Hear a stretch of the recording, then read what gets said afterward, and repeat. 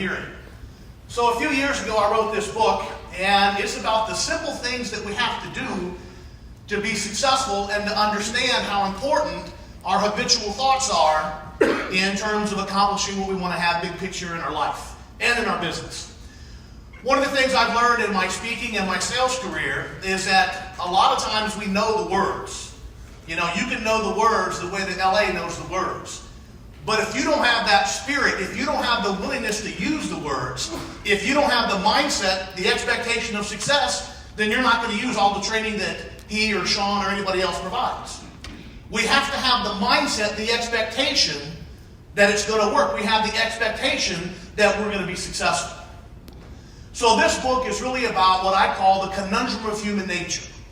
And the conundrum of human nature is the reality of our humanity, that sometimes we can know exactly what we want, we can know exactly what we need to do to get it, and then we don't do it. Right? In other words, I can know I want to make 200 grand a year.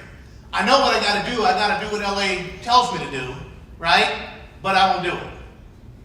So the key is to execute on the little things and do them on a habitual or a consistent basis.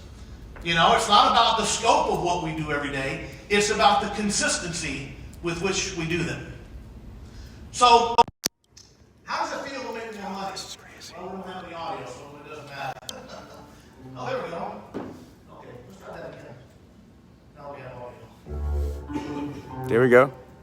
How does it feel when your sales team makes more money? When you make more money? It feels good, right? It feels like this guy. Very exciting. And how does it feel? How do they respond when you tell them all you got to do is work more hours? Right? That's when you get this. Okay? So the additional 50 hours a week, because let's face it, where would you get an additional 50 hours a week?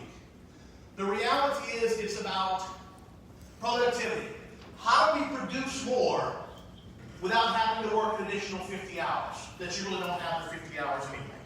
And that comes down to thinking better and selling better, which is the essence of the power of consistency. How do I think more clearly?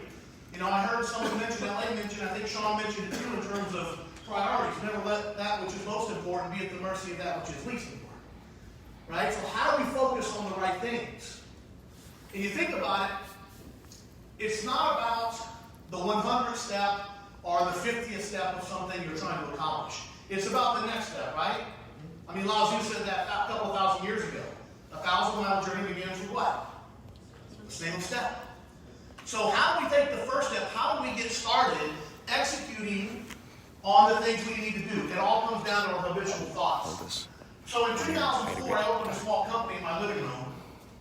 And I grew that company to Inc. 5000 status for about 5 years. And then I sold the company in 2009. In that same year, 2009, I wrote my first book. It was a little book called The Upside of Fear. And it's really just a book about my life, the peaks, the valleys, the ups, the downs, that type of thing. And when the book came out, I didn't really consider myself a writer. I hadn't written a book before, hadn't done anything before. I consider myself an entrepreneur, a business person, a salesperson. But when the book came out, it won a number of awards, and it completely changed the trajectory of my career. People started calling me to have conversations like this, and to teach them how I could go from, making no money to growing a very successful company in just a few short years. Now, the reason my life story is the subject matter of this book is not the business success. The reason that my life is the subject matter of this book is because just 18 months before I started my company in 2004, which would take us back to January of 2003. In January of 2003, I was 39 years old, and I was completely broke and living actually in a homeless shelter. This is 3808 North Nevada Avenue in Colorado Springs, Colorado, and it's where I was living when I was 39 years old. I had so completely destroyed my life. I had no home, obviously. I had no money. I had no car. I had 2 sets of clothing and a couple $100 that a buddy of mine sent me. And from that humble beginning, just 15, 16 years ago, was able to build a really prosperous, successful life. If you were to walk down that little sidewalk and walk in that room, you would see this. Now, this is not actually a picture of me. But the reason I chose this picture is because, number one, me and that fella were kindred spirits. But the room he's standing in was pretty much like the room I was living in 16 years ago. Now, you might ask yourself, how does a guy completely destroy his life by the time he's not even 40 years old? I was 39. Well, for me, it was pretty simple. The reason I was living in that shelter is because I had just finished serving 13 years in federal and state prisons. From 1987 until 2003, that roughly 16-year span, I spent 13 of those years walking prison yards. I was a 9th grade high school dropout. I was a punk and a thug and a loser. And had so completely gone out of control that starting in 1987 went to prison one night, picked up a guy hitchhiking, had the right idea to hold 2 men at gunpoint. And next thing I knew, I was standing in front of a judge and sentenced to the penitentiary for 10 years. I did about 4.5 of those years and they paroled me. 27 or 28 years old. Still a 9th grade high school dropout. Now I was a convicted felon. So not really much opportunity. Ended up falling with some guys I met in the joint. And about 18 months later, I was back in prison a second time on gun charges and parole violations. I went back the second time at 28 years old for about 2 years. Got out again at 30 years old. Still a 9th grade high school dropout. No skill, no education, no trade. Now I'm a 2-time convicted felon, so not much opportunity for a guy like me. Ended up getting a job on the phone in a telemarketing, shady telemarketing outfit. I tell people I should have been suspicious when they hired me. Much about their standards of hiring. But I did that about 18 months until one day the Fed showed up, the FBI, and we all went away in handcuffs and ended up getting sentenced to 7 years in a federal joint on money laundering and mail fraud. And yet somehow at the end of that 7-year sentence, which was a total of 13, but after that 7-year sentence, at 39 years old, I get to that shelter. And virtually overnight build a completely different life. My life went from this to this almost overnight. Within a few short years. Oh, by the way, I don't sell cars, but I do love them. I buy all of them. But if you think that's cool, check that out. Because that, my friends, is what it's all about. My wife, as I mentioned here today, that's her daughter, Skylar, and my son, who is now 27 years old. I just graduated from the University of Colorado, 7 years in a 4-year program. I warn people, if you're going to send your kid to the University of Colorado with legal marijuana, you better be patient. It's just going to take a while. But the reality is my life has been dramatically changed. And it changed because of this. I learned to think better. It's funny, I heard mention, LA and Sean both mentioned, thank you, Dr. Cuddy this morning. Dr. Cuddy was a friend of mine and a mentor of mine. Was a very generous person to me, and his family has been very generous to me. In fact, he endorsed my first 2 books, and his son, Stephen Amar, actually just wrote the forward to my most recent book. And, one of the things that I learned from Dr. Cuddy was that you have the ability to live out of your imagination rather than your past. And that was a really, really important lesson for me. I think it's important for all of us. Because the past sometimes can be hurtful, it can be full of anger and lost opportunities and just bad things, right? Bad things happen to good people. So it's really important that we learn in terms of carving out what we want in the future. We've got to make sure that we're living out of our imagination because the past may not be a very pretty place. It certainly wasn't for me. So I want to talk to you about how I kind of stumbled through these lessons. It all changed for me on June 10th of 1996. On June 10th of 1996, I was in federal prison. I'd already done 6 years in the state joint.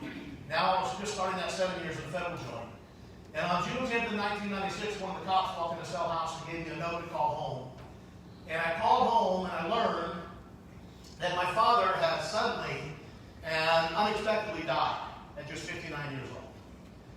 And I remember the moment I heard the news that my father had died, the first thing that went through my head is that Dad went to his grave with me in prison again. And I realized what a complete disappointment that I had been to my father. When my dad died, I started thinking about a conversation I had with him not long before he passed away. It was a Sunday afternoon. I called my dad, and he accepted my collect call. My dad always took my collect calls and tried to help me in whatever way he could, encourage me. And on that Sunday afternoon, I called him, and I was just going through my list of brief grievances about the ex-wife and the snitches and the prosecutors and the,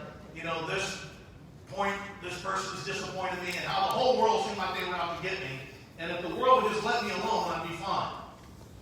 Everybody else was at fault, right? And at one point in the conversation, my dad got sick and tired of the belly aching, the whining, the complaining, the bitching, the moaning. He said, you know what, son? He said, your life could be worse.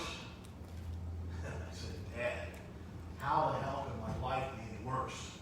I'm a 9th grade high school dropout, a 3-time loser. I've never had a home as an adult. I've never had a job or career education. In fact, the only thing I've managed to accomplish in my pathetic life is at that time, my little boy was 3 years old, and I had abandoned my own son, my own flesh and blood. Left him with a mother who was addicted to heroin in a very, very bad situation when I went back to prison that last time. I said, Dad, I'm not even a father of my own son. How in the hell could my life be any worse? This is as bad as it gets.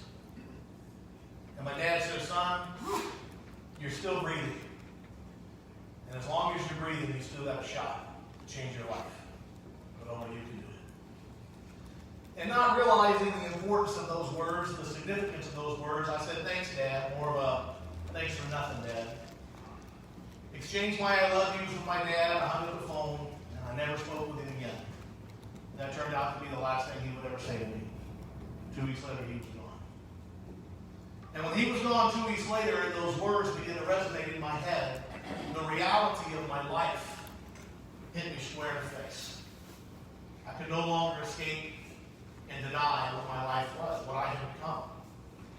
And so on June 10th of 1996, when about 4 hours from my father dying, I made a decision. And that simple decision was that I was going to be a man my father could have been proud of, and I was going to be the father that the Lord deserved. You can stay as long as you want, but you're not and those two commitments have really driven my life since that day. Okay, great. Now, there was one small challenge. When I made the decision to change the course of my life, I didn't know where to start. I was a 3-time loser with a 9th grade education. Where do you start turning that Titanic of a life around? So not knowing where to start, I came up with a brilliant idea, and I decided that I would find out what really successful people do, and I would start doing that, whatever that was. And as it turns out, I walked out of my cell. I walked down to the end of the cell house here, and there was a little mop closet there. Room closet with some cleaning supplies and things in it. And there was a big cardboard box. And the cops would come in, and they would throw books in these boxes. It was pretty much the library for that particular housing unit. And I started going to that box trying to find something, like where do I start trying to find the path. And wouldn't you know it, when I'm digging through that box, I come across a copy of a book called The 7 Habits of Highly Effective People. And I take that book back to my cell, and I devour the book. And as I often say, the book eventually devoured me. It became my roadmap, not just for my life, but eventually for my businesses. So I began to read that book, and again, I stumbled into Dr. Covey's concept of living out of your imagination rather than your past. And I began to read other books that Dr. Covey talked about, and one book led to another, and so on and so forth. And I remember reading one day, I was flipping through some quotes of famous philosophers, and I came across a quote from Friedrich Nietzsche. And Nietzsche said, we attract that which we fear. Now, I thought that was pretty much nonsense at the time. Like, why would I attract things in my life that I don't want? Why would I bring bad things, fearful things into my life?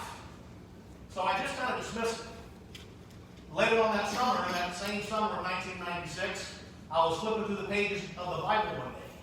And I come across a scripture in Job where Job says, Father, that which I fear has come upon me. And suddenly it hit me Get some like a clothes, my bricks. wife. I got Nietzsche on Get some one hand, clothes, who's Karen, an for me. atheist. I got Job on the other hand, who's a godly man, separated by theology, philosophy, and thousands of years, and they're saying the exact fear. The things that we fear shall come upon us. So I sat down at a little metal desk in my cell, and I started thinking. It's the first time I started thinking about what I think about. It's the very first instance that I can remember actually thinking like, wow, what do you habitually think about? What's most often on your mind? And I sat down with a pencil and a piece of paper, and I wrote out the things I feared the most. You know what they turned out to be? Living and dying in prison, being broken, homeless, and never being a father to my son. The things I fear the most, I can join into my life. My life was a perfect reflection of all the chaos that was in my brain. So I got really interested in this whole concept, like how is it that the chaos in my brain is somehow getting out and being part of my life?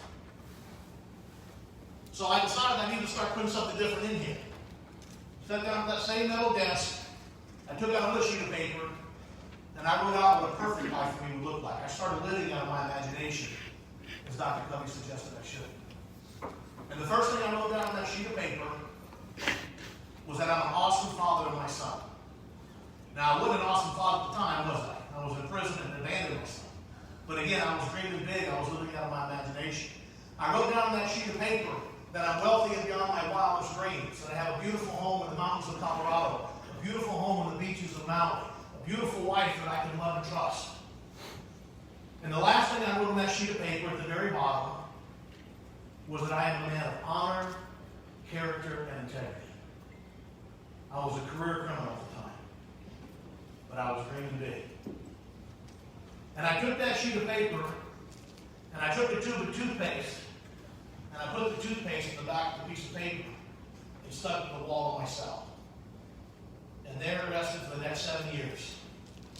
Every morning, the first thing, I would get up in the morning, I would read that list, I would visualize that list. As Napoleon Hill said, I began to imagine myself already in possession of these amazing things. And little by little by little, I didn't know any of the neurology behind how this process works, but little by little, my habitual thinking started changing. Right? What I didn't know then is that it takes the average adult person about 30 days to carve a new neural pathway, a new thought, a new habitual thought. That's why you probably heard it usually takes about a month for a new action to become a habit, right? Because it takes the brain about a month to catch up and carve these neural pathways. Well, after 7 years of just meditating on this list at night, every morning, before long,